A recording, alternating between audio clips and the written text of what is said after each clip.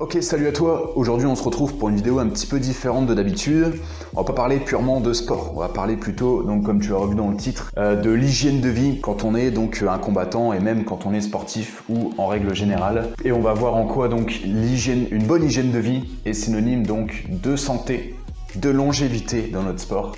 Donc c'est donc la base de la performance. On peut pas être performant dans son sport si on n'est pas en bonne santé. Et je pense qu'on recherche tous la performance, même quand on fait du sport en tant qu'amateur ou en loisir. Je pense que le plaisir passe aussi par la performance. Parce que pour apprécier quelque chose, il faut être un minimum bon dans ce qu'on fait. Et l'hygiène de vie, donc, c'est vraiment un facteur indispensable à la performance, au bien-être, vraiment dans la performance, pas uniquement sportive, la performance aussi en termes de qualité de vie. Alors, donc, les piliers de cette hygiène de vie, il y en a 4. Donc ça va être l'entraînement, le sommeil, la récupération et l'alimentation. On va pas trop s'attarder sur l'entraînement sur cette vidéo, c'est pas le but. Il y a déjà plein de vidéos sur ma chaîne ou ailleurs qui parlent de l'entraînement et de comment améliorer, optimiser son entraînement.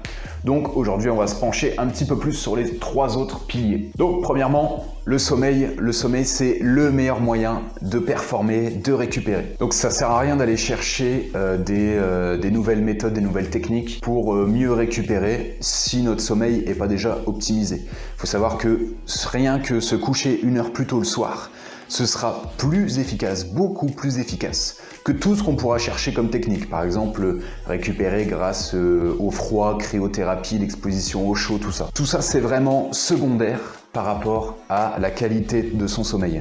Comment on peut l'améliorer ? Il y a plusieurs moyens de faire ça. Déjà, il y a des règles simples, il y a aussi des applications qui peuvent permettre de traquer ton sommeil, voir si tu as eu une nuit de qualité, quelle durée de sommeil il te faut à toi précisément, parce qu'on est tous différents, même s'il y a une moyenne qui est environ de 8 heures de sommeil pour bien récupérer, chacun est différent, surtout quand on est sportif, on peut avoir besoin de 9, voire il y a certaines personnes qui ont peut-être besoin de 10 heures de sommeil pour vraiment récupérer, parce que grosse activité sportive, grosse dépense énergétique qu'on a besoin de rétablir via le sommeil. Et donc dans les règles simples, donc je parlais juste avant, je vais t'en donner 4 qui sont vraiment fondamentales mais qu'on n'applique pas forcément. La première tout simplement, c'est d'éviter les écrans dans l'heure qui précède le moment où on va aller se coucher. Tu sais très bien, je vais pas te détailler ça, mais regarder un écran, ça te flingue totalement ta qualité de sommeil. Même si tu fais le bon quota d'heures de sommeil, la qualité, ça va pas vraiment être ça.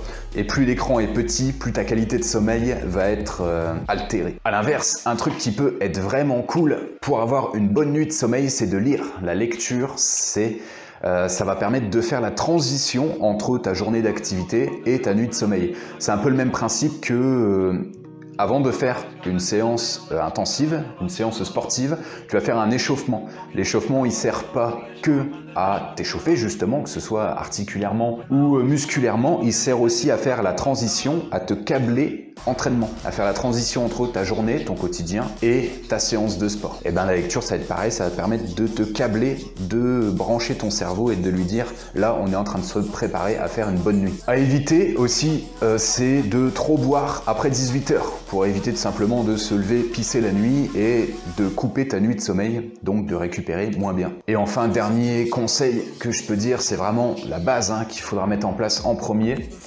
C'est de se coucher, si possible, avant 22 heures. En fait, le but, ça va être d'être dans une phase de sommeil profond aux alentours de minuit, parce que ça va être cette phase-là qui va te permettre de récupérer le plus efficacement.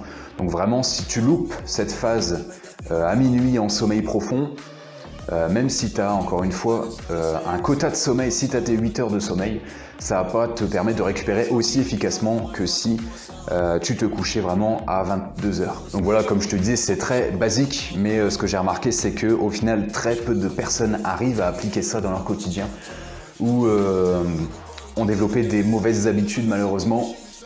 Par exemple, le portable juste avant de se coucher, ça c'est une habitude que je vois beaucoup quand je coach des personnes. Et ça va vraiment être le premier truc à faire pour bien récupérer et mieux s'entraîner derrière, vraiment progresser. Ce que je peux te conseiller aussi en termes de lecture, c'est La Révolution du sommeil. C'est un livre d'Arianna Huffington et en tout cas moi ce livre-là, c'est quand même un bon pavé, faut être motivé pour le lire.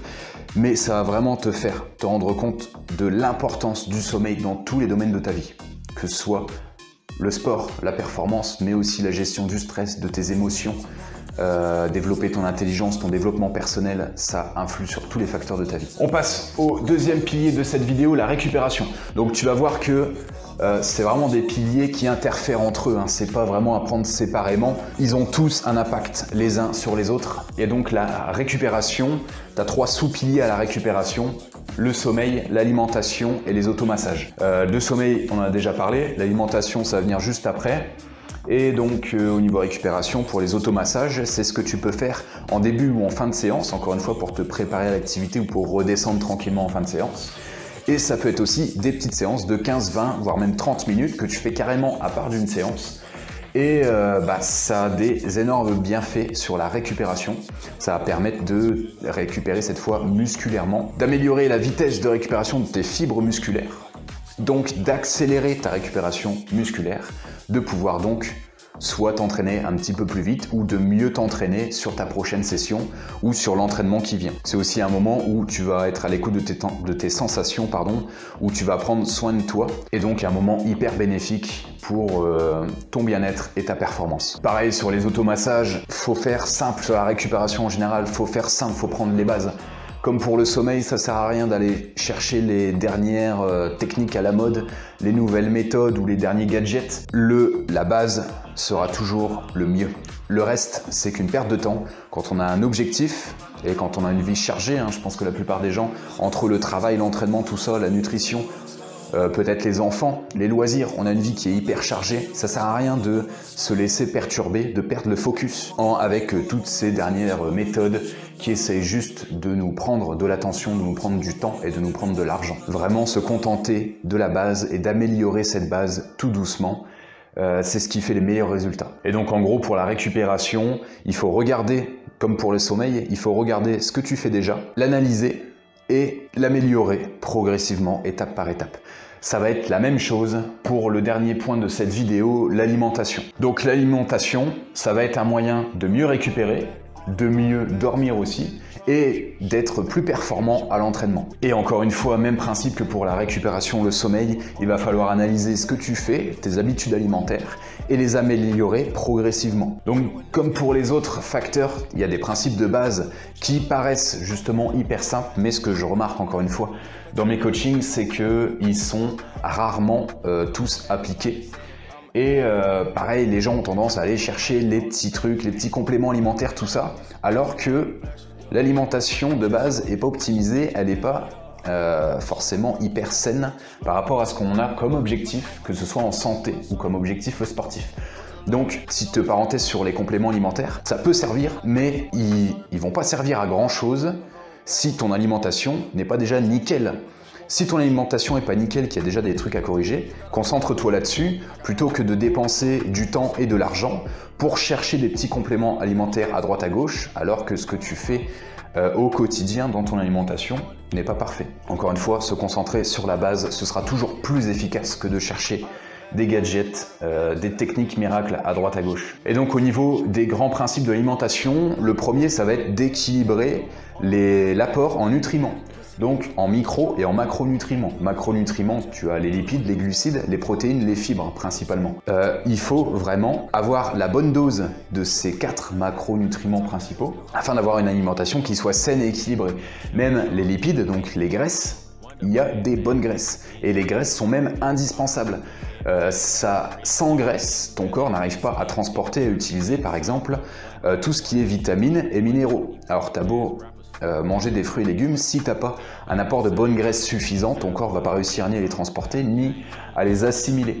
La graisse, c'est aussi un excellent moyen de te donner du carburant, c'est de l'énergie pure de la graisse. Donc, il ne faut pas diaboliser la graisse, elle est aussi indispensable que tous les autres nutriments. Et au niveau micronutriments, du coup on en parlait, tu as les vitamines et les minéraux par exemple, qui vont être indispensables à la santé et donc à la performance. Encore une fois, regarde, essaye un peu d'établir ton apport en nutriments, en micro et en macro dans ta journée pour voir si tu n'aurais pas des carences, par exemple en vitamines. Il y a beaucoup de personnes qui ont des carences en vitamines, surtout à cette période où je tourne cette vidéo. Il n'y a pas beaucoup de soleil et donc il y a beaucoup de personnes qui sont carencées en vitamine D. Et rien qu'une carence en vitamine D, c'est une chute de l'énergie. C'est pour ça aussi qu'en hiver, il y en a beaucoup qui ont un peu la flemme. C'est plus dur en tout cas d'aller s'entraîner en hiver qu'en été parce qu'on est en manque de vitamine D. Et c'est qu'un exemple parmi d'autres sur une carence en vitamines. Deuxième règle hyper importante dans l'alimentation, on en parlait déjà avant, c'est se désintoxiquer de la malbouffe.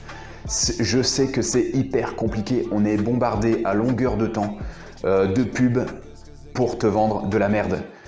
Tout ce qui est fast-food, soda, les plats industriels, les plats transformés, tout ça, c'est de la grosse merde. Et c'est hyper compliqué de résister à ça parce qu'on est stimulé tout le temps. On nous envoie des images tout le temps de jolis hamburgers qui ont l'air hyper satisfaisants à manger. Mais au final, ça va être une satisfaction qui va durer 10 à 15 minutes le temps de manger ton truc et ensuite après limite tu te sens coupable d'avoir mangé ça le restant de la journée. Donc est-ce que ça vaut le coup de prendre 15 minutes de plaisir pour t'en vouloir le restant de la journée, même les jours qui suivent des fois. Après je dis pas, hein, se faire un plaisir de temps en temps c'est bien, ça permet de redonner un petit coup de boost au moral, mais faut savoir ce qu'on fait, faut le faire délibérément et faut pas le faire sous l'influence du marketing qui nous pousse à consommer de la merde. Et donc le but ça va être d'essayer de justement faire l'inverse, c'est-à-dire d'essayer de réapprécier les vrais produits. Donc les bons légumes, des bons fruits, de la bonne viande.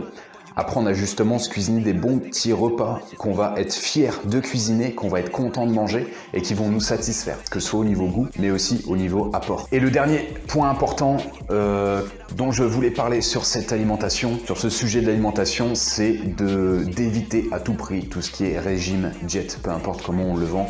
C'est la plus grosse arnaque du siècle.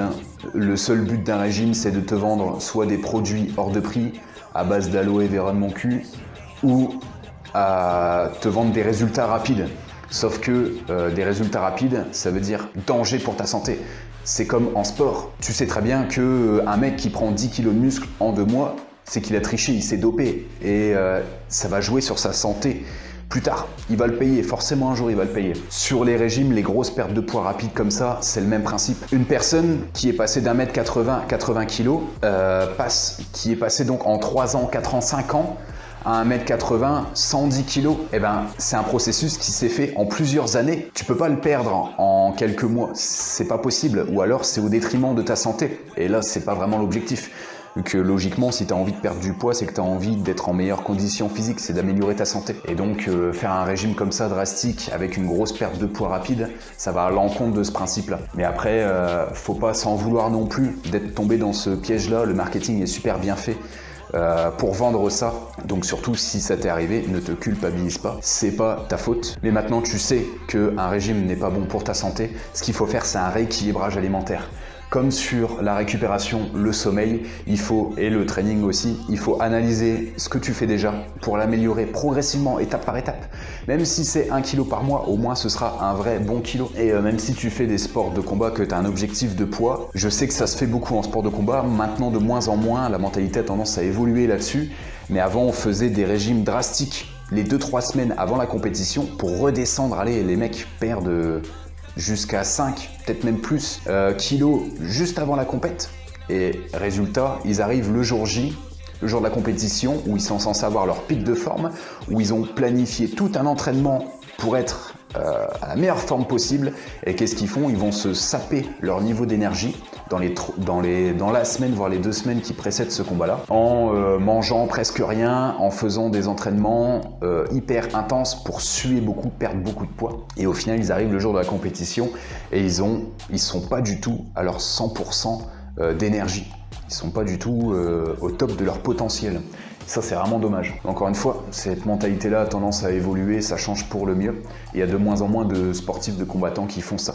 Donc pareil, si tu as un objectif de poids, quitte à pas être au poids sur la prochaine compétition, c'est pas grave.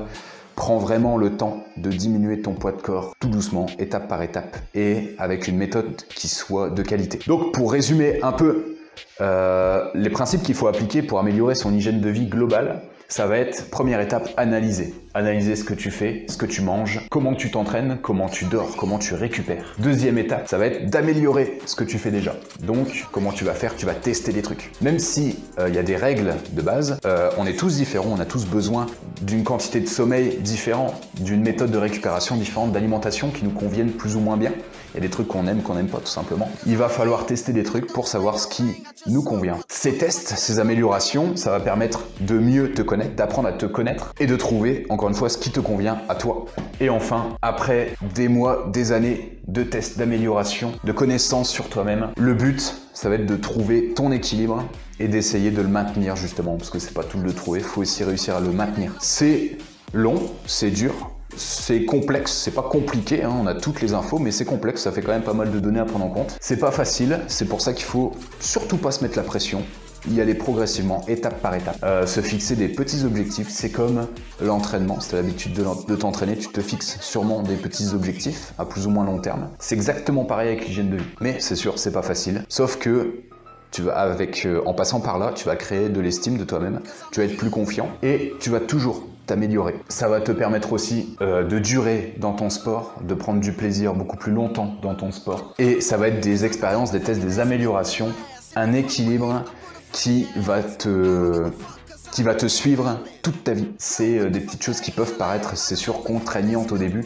mais au final, c'est des habitudes que tu mets en place, ça devient naturel au bout d'un certain temps. Et encore une fois, c'est des bienfaits qui vont rester avec toi, des connaissances qui vont rester avec toi toute ta vie et que tu pourras même transmettre à tes proches pour améliorer à eux aussi, avoir une bonne influence sur leur santé, leur hygiène de vie. Donc voilà, j'espère que j'ai pu t'aider avec cette vidéo. Si tu as des questions un peu plus précises là-dessus, n'hésite pas à me contacter encore une fois, soit dans les commentaires, soit en message privé sur Facebook. Et si tu as déjà essayé, si tu es motivé, que tu es sensible à ça, que tu as déjà essayé à ça, mais que pour une raison ou pour une autre, tu n'as pas réussi à tenir ou il te manque certains trucs, pareil, contacte-moi, on peut mettre en place un coaching et je peux vraiment t'aider à réussir. Je te dis encore merci, salut à toi et à bientôt.